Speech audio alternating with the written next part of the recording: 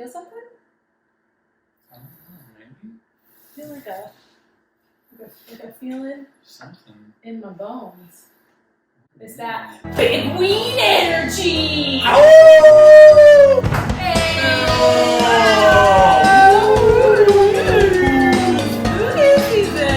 So welcome back to spooky season. And might I take a second to just commemorate 1 year of Kidpins? Hey! So thank you all for watching. Thank you for sticking in there. I know I've been absent the last few weeks, but like moving. But we're back. And I have lots of fun in store for you for October, including kicking it off. I couldn't wait till Thursday. We're kicking it off with our bonus video. I've got Jord with me, and what we wanted to talk about, something near and dear to our hearts, our list of top 10 horror movies. So it was quite a task to come up with 10 horror movies. And what we did, so we have a couple criteria. Jord and I both have to have seen it. So that knocked a couple off for me, and it's really subjective. It's the ones that are our favorites. We're not saying these are the greatest of all time. These are just our top 10. So like, comment below, what's your top 10? But don't be like, oh my God, you forgot this one. I didn't forget it. Maybe it's just not one of my favorites, and that's okay. You can have other favorites. These are ours. Yep, these are ours, and that's very important to reinforce. All right, starting off at number 10, we have Suspiria, the 2019? Was that 2019? Yep, I'm dancing. Oh. Because it's a dance. It is a dance. It is a dance horror movie. So really, for me, the reason I love this was the dance, primarily. It was creepy. It had suspense. There were some scary parts. So that's why I loved it. Why did you love it, Jordan? Yeah, I thought it was super messed up and original and unique, and I like the Dario Argento original one, or Dario Argento, depending on who you're talking to. I had not seen the original.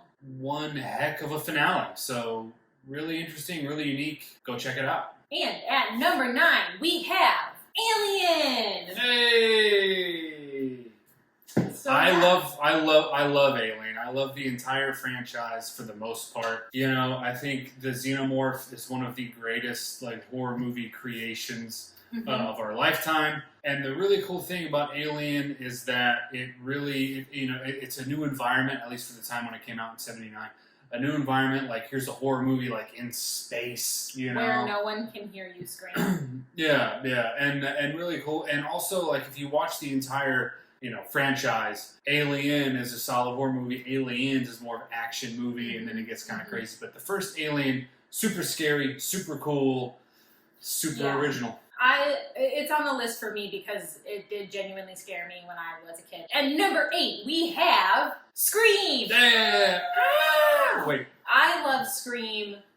It's on the list for me because it is like a classic. Well, I guess classic in terms of when Jordan and I were growing up. We grew up on like the 70s and 80s slashers, and then this was kind of like our generation's start to horror. I'll say this to anyone who will listen. The Scream franchise is pound for pound the most solid horror franchise out there. All of them, at least the first 4, all of them written by Kevin Williamson, directed by Wes Craven. So there's that unity there. I think as far as the 90s go, it's the greatest 90s horror franchise there is. Super meta, super fun. It's funny and horror and horrific at the same time. A solid blend of everything. At number 7, we have A Nightmare on Elm Street. Yeah, get it. So another good franchise. Didn't know when to end though, but I love Freddy as a villain, and for me it's really his humor. I was never super scared of him because I love Sleep so much, and I don't think anything could ruin that for me. But he was funny, and I was like, maybe I could get along with him. Maybe I could convince him not to murder me. As far as inventive kills, I think Nightmare on Elm Street takes the cake with any horror franchise, really. I mean, and that's kind of why you watch those movies. Yeah, I think Freddy Krueger is a solid character. And number 6, we have The Strangers. Just the first one. The second one, the first one though. The second one's funny. Ooh, did that scare me? I remember, and for me it's on the list because of the scare level. When I saw it in the theaters, and I was not okay for like a week.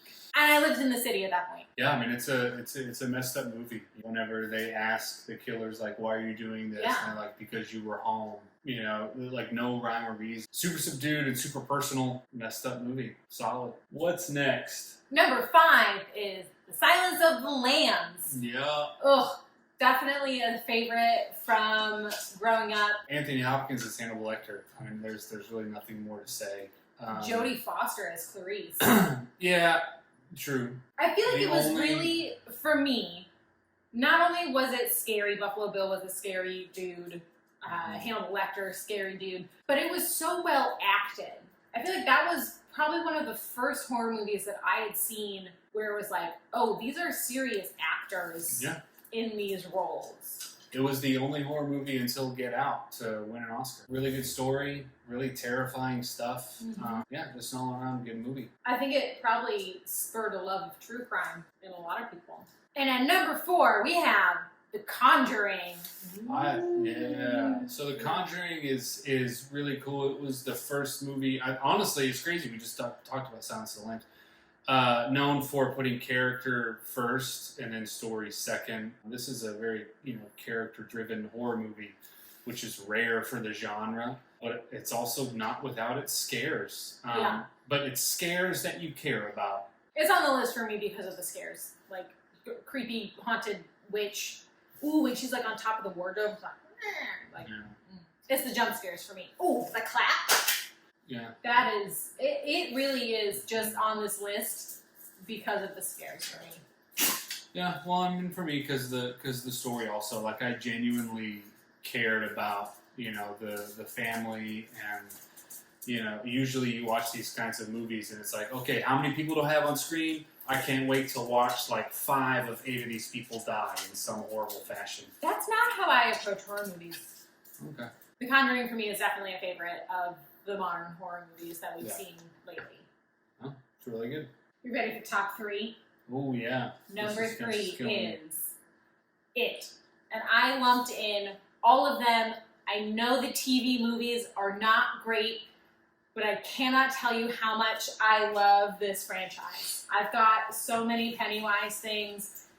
He's terrifying, but growing up with Tim Curry as Pennywise was like, oh, but he's funny too. Which was not... Tim Curry was an excellent Pennywise. He was not a great It.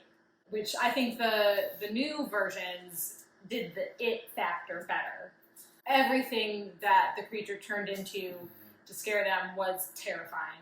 Yeah, the miniseries was trash, but I think the movies, I love it for nostalgia reasons. I think Tim Curry's performance was really good, but aside from that, I think the miniseries was absolute trash. But the newer movies, Chapter 1 and Chapter 2, I thought were really solid. And also, I've studied them because I talk about them in my adaptation courses that I teach, and how they're just a really solid adaptation of a very dense book. Picking out like what works for the film and what wouldn't work for film but works in the novel. You know what I mean? So they were really smart in what they selected. But yeah, I think Bill Skarsgård did a fantastic job, and just the kids and how like in Chapter 2, the adult versions of the kids looked like adult versions of the kids. Casting all the way around. Just top to bottom, really solid. Really solid experience done with love. And I think a big piece of my criteria for all the movies on this list is, did it scare me? And while the miniseries didn't, like if they hadn't redone it starting in 2017, like this wouldn't be on the list for me. Like I love the TV movies, but it was the remake that really like put this on the list for me. At number 2, we have The Shining. Stanley Kubrick's version. Yeah. I love this because it's got some great jump scares. It's scary. I love the visual setting of it. Pretty much everything visually within this movie is just really well done, as per Stanley Kubrick, right? Yeah, really solid stuff. The blood hallway. Ooh. The twins. The zombie woman. The old decrepit woman. Yeah, apparently notorious for like Stephen King not liking it. Whatever. It's a solid movie. I think this is kind of a staple, right? Like for the season. All right, before we get to number 1, we have quite the list of honorable mentions, which some of these made it on here because we have not both seen them. Some of them, we were having a hard time, like, what is a horror movie? Again, what I kind of settled on for this whole top 10 list is, like, did it scare me? So I will start, our first 2 honorable mentions fall more into the horror comedy, heavy on the comedy part of that. So Young Frankenstein, Mel Brooks, oh my god, Gene Wilder. And then after that was Shaun of the Dead. Which is probably my favorite zombie movie. It's a good zombie movie, but it's more funny than it is scary. Yeah. Now we also have as honorable mentions The Thing. One of, if not my favorite horror movie. But Kim just hasn't seen it. So But apparently Can't talk about not a favorite enough to show his wife. So yeah, I have not seen The Thing. I know what happens. I know it's amazing. To be fair, I did play it last year, and you didn't watch it. Like, I think you fell asleep or something. So I don't think that happened. Another honorable mention. We have 2020's Invisible Man.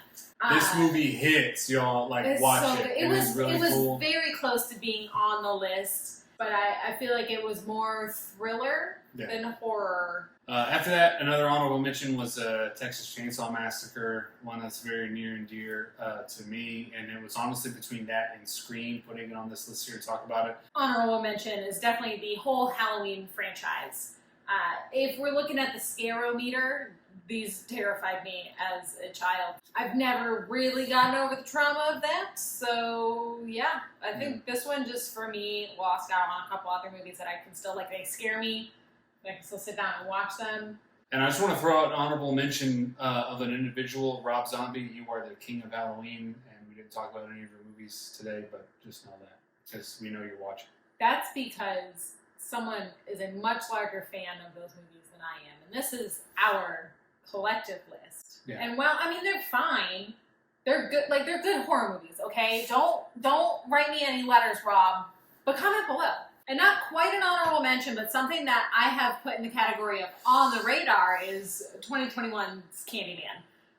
I love the original Candyman, so we haven't had a chance to see it yet. So yeah, on the radar, if you will. All right, drum roll please, George. Our number 1 choice for our combined horror movie top 10 is...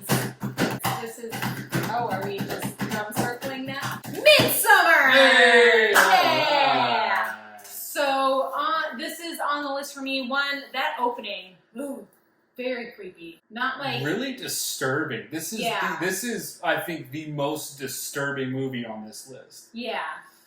Weirdly, like, loved Danny. Like, just at the end of that movie, I was like, yeah, get it, girl. Dump him!